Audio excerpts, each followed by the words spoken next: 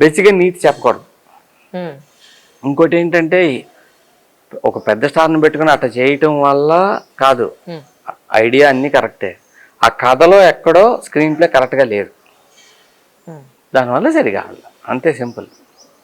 Audience రెడీగా ఉంటారు ఏ theme తీసినా చూడటానికి, మనం కరెక్ట్గా తీయాలి, స్క్రీన్ ప్లే కూడా కరెక్ట్గా సెట్ అవ్వాలి. ఎక్కడైనా బోరు గీరు లాగింది అనుకోండి నచ్చుతుంది, అంటే ఆ సినిమాలో ఎక్కడో చిన్న మిస్టేక్ ఉంది, దానివల్ల అనుకున్నంత ఆడలా. కానీ అలా ఆడని సినిమాని మీరు మళ్ళీ ఒక్కసారి చెక్ చేసుకుని, ఓహో ఇక్కడ నేను ల్యాగ్ చేశానా, ఇక్కడ మిస్టేక్ చేశాను, ఎందువల్ల ఆడలేదేమో, దీని బదులు ఇది పెట్టుంటే ఇది ఆడేదేమో అని ఎప్పుడైనా చెక్ చేసుకున్న సందర్భం ఉందా సార్? అయిపోయింది, వదిలేస్తాం, చూడను. మరి ఆ మిస్టేక్ మళ్ళీ మనకి నెక్స్ట్ రిపీట్ అవ్వకుండా ఉండాలంటే మీకు ఎలా తెలుస్తుంది? ఉంది కదా బ్రెయిన్, ఇదే బ్రెయిన్ కదా, సినిమా చూడాల్సిన అవసరం. మీరు తీసింది, మీరు చెక్కిన శిల్పం కాబట్టి ప్రతిదీ మీకు పాయింట్ ఉంటుంది. ఎక్స్పీరియన్స్ వచ్చేస్తుంది, సిస్టంలోకి ఎక్కేస్తుంది మనకి. ఓ ఇది తప్పు, ఇలా చేసాం. సో ఏం లేదండి, తెలియగలవాడికి దద్దమ్మకి ఏంటంటే తేడా, దద్దమ్మ అంటే ఒక ఇడియట్ ఏం చేస్తాడంటే చేసిన తప్పులే మళ్ళీ మళ్ళీ చేస్తాడు, తెలియగలవాడు కొత్త తప్పులు చేస్తాడు, అంతే తేడా. నేను కొత్త తప్పులు చేయడానికి ట్రై చేస్తాను. కానీ మనుషులను నమ్మే విషయంలో మీరు నమ్మి, మరి నిజానికి ఒక దెబ్బ, 2 దెబ్బలు, 3 దెబ్బలు తిన్న తర్వాత మనుషులతోటి ఒక వ్యక్తిని చూసినప్పుడు వీడు నిజం చెప్తున్నారా, ఫేక్ చెప్తున్నారా, ఆ నవ్వులో నిజాయితీ ఉందా, లేదా వాడు మాట్లాడే దాంట్లో ఎంతవరకు మనం నమ్మచ్చు, ఇలాంటి పాయింట్స్ మీరు అసలు అసెస్ చేసే ఎందుకని అసెస్ చేయను అసలు ఎవరిని. నేను నిజాయితీగా ఉన్నా, అవతలాడు కూడా నిజాయితీ అనుకుంటా, దానివల్ల మనం నష్టపోతాం కదా సార్. పర్లేదు, నేను మారను. మరి మళ్ళీ మీరు ఇక్కడ అదే తప్పు చేస్తున్నారుగా నమ్మి. సినిమాలో ప్రొఫెషనల్గా చేసిన తప్పులు మళ్ళీ చేయకూడదు, రైట్, అంతే. మనుషులు నమ్మటం నాకున్న ఒక జబ్బు, మనుషులు నమ్మటం నా పుట్టుకతో వచ్చిన మాయరోగం అనుకోండి, నేను అంతే నమ్ముతా. అలా నమ్మాను కాబట్టి ఇంత 1000 మంది పైగా ఇంట్రడ్యూస్ చేయగలిగా. వాళ్ళని నమ్ముతా, వాళ్ళ టాలెంట్ని నమ్ముతా, వాళ్ళ బ్యాక్గ్రౌండ్ని నమ్మను, వాళ్ళ అమ్మ నాన్న ఎవరో నేను అవసరం లేదు నాకు, వాడికి టాలెంట్ ఉంది, వీడికి ఛాన్స్ ఇద్దాం అని నమ్మి నేను తీస్తాను. నిలబెట్టుకుంటే వెరీ గుడ్, నిలబెట్టుకోకుండా సినిమాలు సరిగ్గా చేయలేదు పిండి నా సినిమా బాగా వచ్చేటట్టు చేసుకుంటాను, తర్వాత వాళ్ళ మొఖం నేను చూడాలి. ఇప్పుడు నేను వాళ్ళు నమ్మాను, వాళ్ళకి ఛాన్స్ ఇచ్చాను అనేది వాళ్ళు గుర్తుపెట్టుకోవాలా, అయినా సరే పట్టించుకోవాలి. ఇప్పుడు నేను ఇంట్రడ్యూస్ చేసిన 1000 చిల్లర జనంలో ఎంతమందికి గుర్తుంటుంది అనుకుంటారు? 50-60 మందికి గుర్తుంటుంది, మిగతా ఎవరికి గుర్తు ఉండొచ్చు నాకు తెలియదు. మోస్ట్ ఆఫ్ దెమ్ మీ ప్రతి సినిమాలో కొత్త ఆర్టిస్టులను ఎక్కడో ఒక్కడ, అది హీరో కావచ్చు, హీరోయిన్ కావచ్చు, క్యారెక్టర్ ఆర్టిస్టులు కావచ్చు, ఇంట్రడ్యూస్ చేస్తూనే ఉంటారు.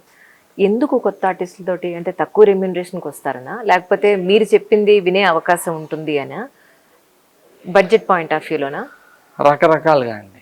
ఫస్ట్ నేను బ్రేక్ ఇవ్వాలి, కొత్త లైఫ్లో మన వల్ల వాళ్ళ ఫ్యామిలీ వాళ్ళు తినాలి, తను సెటిల్ అవ్వాలి ఇండస్ట్రీలో, అదొకటి. సెకండ్ ఏంటి అని అంటే నేను కొంచెం ఎక్స్పెరిమెంటల్ సినిమాలు చేస్తుంటాను. స్టారులతో అయితే ఎక్స్పెరిమెంట్ మనం చేయకూడదు, ఎందుకంటే ఆర్థికంగా ఎక్కువ నష్టాలు జరగవచ్చు. మూడోది ఏంటి అని అంటే కొత్త వాళ్ళతో చేయటం వల్ల వీడు చెడ్డోడు, వీడు మంచోడు అని మీరు ఆడియన్స్ ముందే తెలుసు. ఒక పర్టికులర్ అని పెట్టంగానే ఇతను, ఇప్పుడు సావిత్రి గారిని చూడంగానే మంచి ఫిక్స్డ్. ఇప్పుడు మహేష్ బాబుని పెడితే మంచోడే, ఇంకా నెగిటివ్ క్యారెక్టర్ చేయడు. ఇప్పుడు రాణా అనేటప్పటికి నెగిటివ్ క్యారెక్టర్ అయినా అవ్వచ్చు, పాజిటివ్ అయినా అవ్వచ్చు, చెప్పలేం. సో ఆ మిస్టరీ ఉంటేనే సినిమా ఇంకా థ్రిల్లింగ్గా ఉంటుంది. ఇప్పుడు ఎవరైనా తేజ గారు మీరు మాకు డిఓపిగా చేయండి కొంచెం అని అంటే చేసే అవకాశం ఉందా సార్? చేస్తాను. అవునా? సో డైరెక్టర్కి స్టిక్ ఆన్ అయ్యలేరు, కాకపోతే దాంట్లో కథలో ఇదంతా వేలు ఓన్లీ ఫోటోగ్రఫీ చేస్తాను. సో మీ బ్యారికేడ్స్ మీరు పెట్టుకుంటారు. నాకు ఒక పనే చేయగలను, రెండో పని చేయలేను, అంత లేదు టాలెంట్, అంటే బుర్ర అంత లేదు, ఒకేసారి 2 పనులు చేసే అంత లేదు, ఒకటే చేస్తాను. ఇప్పుడు ఈ సినిమా ఆల్మోస్ట్ రిలీజ్కి రెడీ అయిపోయింది, మీరు ఏదో థాట్ ప్రాసెస్లో ఉన్నారని విన్నాను, దాని గురించి అని చెప్తారా? 2 సినిమాలు అనుకుంటున్నా అండి, ఒకటి రానాతో, రెండోది మా అబ్బాయితో, 2 సినిమాలు. అవునా? బాబుకి ఇంట్రెస్ట్ ఉందా సార్?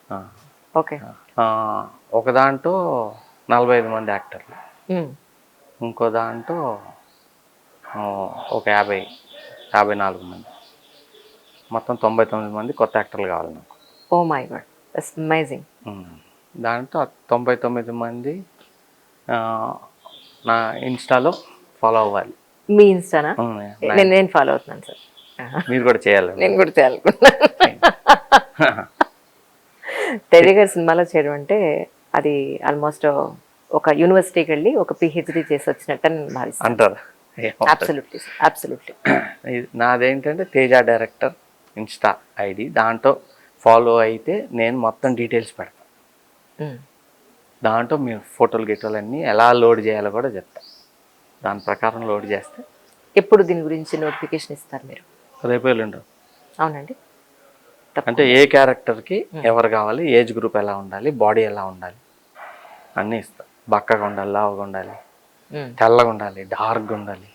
ఎందుకు నల్లగా ఉన్న వాళ్ళని తెల్లగా చూపిస్తున్నారు, తెల్లగా ఉన్న వాళ్ళు నల్లగా చూపిస్తున్నారు కదా? మీకు అలా ఇష్టం ఉండదు? అట్లా కాదు, కలర్తో సంబంధం లేదు. కలర్ అనేది మనం పెట్టుకున్న, ఈ బ్రిటిష్ వాళ్ళు వచ్చినాక వీళ్ళు తెల్లగా ఉంటారు, వీళ్ళు నల్లగా ఉంటారు అన్నీ వచ్చినాయి. కానీ మన Indians colour is the best colour. True. మరీ తెల్లగుంటే నచ్చరు, ఏదో మైదా పిండి నడుస్తున్నట్టు ఉంటున్నా. సార్, ఇంత తెలుసున్న మీకు అసలు మ్యామ్ని ఎలా సెలెక్ట్ చేసుకున్నారు, ఏ పాయింట్ లో సెలెక్ట్ చేసుకున్నారు, ఏం నచ్చి మీరు పెళ్లి చేసుకుంటారు అడుగుంటారు? నాకు గెస్ట్ చేస్తేనే చాలా ఆశ్చర్యంగా అనిపిస్తుంది. ఆయన చెప్పను అసలు. చేయాలి, చూసాను, నచ్చింది చేసుకుందామని చెప్పింతే. మీరు ఎప్పుడైనా వంట చేశారా సార్? చేస్తాను. అవునా? అన్నీ చేశాను. ఏమేం చేస్తాను చెప్పనా? ప్లీజ్. నాకు నేను చేయగలిగింది అన్నీ చెప్పాలి. చెప్పండి. అట్లీస్ట్ వంటలో. ఇల్లు ఉడుస్తా. ఏమిటి మీరా? అబ్బాయి చీపురు పెట్టుకుంటే మీ అమ్మగారు ఎలా ఊరుకుంటారు? మీరు కూడా బాగున్నారు. నేను చాలా మంది ఇళ్లలో ఉండేవాడిని. అప్పుడు ఊడవాల్సి వచ్చేది, తడిగొడ పెట్టి తొడవాల్సి వచ్చేది, ముగ్గులు ఐటమ్ వచ్చు. కాదు సార్, అంటే ఆడ కలిపి కళ్ళాపి కొడతాం వచ్చు. సార్ వెటకారం సార్ ఇది నిజంగా. కుడతాం, మెషిన్ మీద రాదు కానీ బటన్స్ కొడతాం వచ్చు. మీరు నిజం చెప్తున్నారా? అన్నీ అబద్ధం చెప్పాల్సిన అవసరం ఏమి? నేను నన్ను ఏడిపిస్తున్నారేమో అనుకుంటున్నాను. లేదు, ఇవన్నీ చేస్తా. వంట చేస్తా, సాంబార్ పప్పుచారు బాగా చేస్తా, అన్నం వండుతా, చట్నీలు గిట్నీలు అన్నీ చేస్తా. సూపర్ వంటగాని కాదు కానీ చేస్తా. నాన్ వెజ్ అంతా రాదు నాకు చేయటం. కారు గడగటం వచ్చు బాగా, శుభ్రంగా అడుగుతా. మా కుక్కలకి నేనే స్నానం చేపిస్తా. ఓకే. అడిగి దూవుతా. మీలో ఒక స్వచ్ఛమైన చంటి పిల్లలు.